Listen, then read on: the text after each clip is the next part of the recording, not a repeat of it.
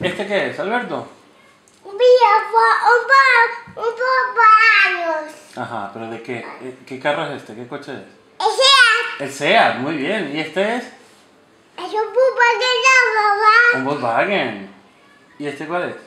Ese Alfa Romeo. El Alfa Romeo, muy bien. ¿Y este cuál es? Míralo.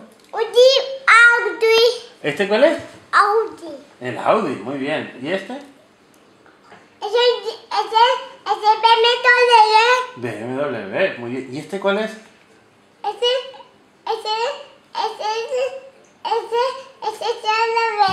Chevrolet. ¿Y este?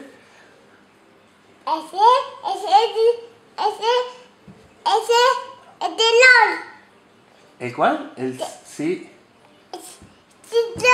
Citroën, muy bien. ¿Y este cuál es? cabello con Sí, pero ¿cómo se llama el coche? El Ferrari.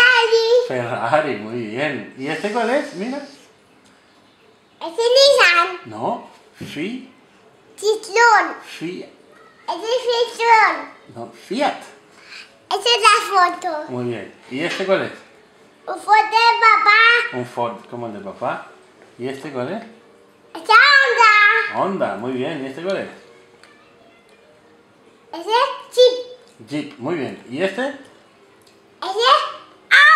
Ese Kia. Muy bien. ¿Y este? Míralo.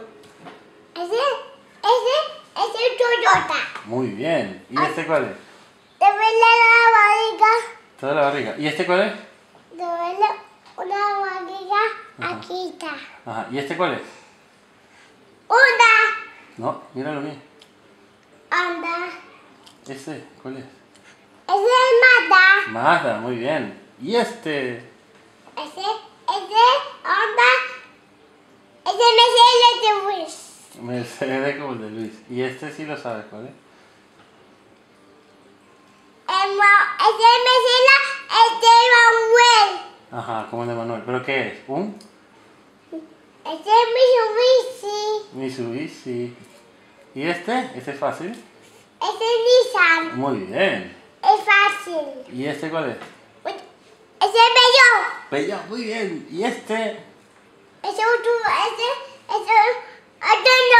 Un Renault.